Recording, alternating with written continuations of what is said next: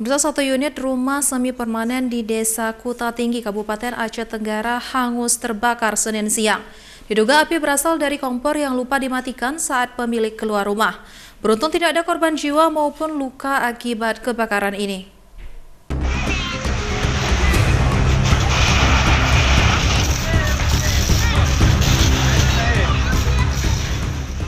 Kebakaran menghanguskan satu unit rumah semi permanen milik warga di Desa Kuta Tinggi, Kecamatan Badar, Kabupaten Aceh Tenggara pada Senin siang.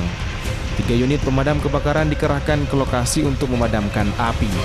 Petugas dibantu oleh warga setempat memadamkan api supaya tidak merembet ke rumah lainnya. Setelah 1 jam, api baru dapat dipadamkan. Kebakaran ini membuat pemilik rumah tidak dapat menyelamatkan harta bendanya.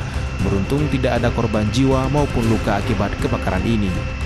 Kerugian akibat kebakaran ini diperkirakan mencapai puluhan juta rupiah. Diduga sumber api bermula dari kelalaian pemilik rumah yang lupa mematikan kompor saat rumah ditinggalkan. Saat api mulai membesar, warga lainnya yang melihat melakukan tindakan cepat memadamkan api dengan kemampuan seadanya, kemudian melaporkan kejadian kebakaran tersebut. Terjadi pada sebuah rumah warga yang pertama, Abdullah Hamid.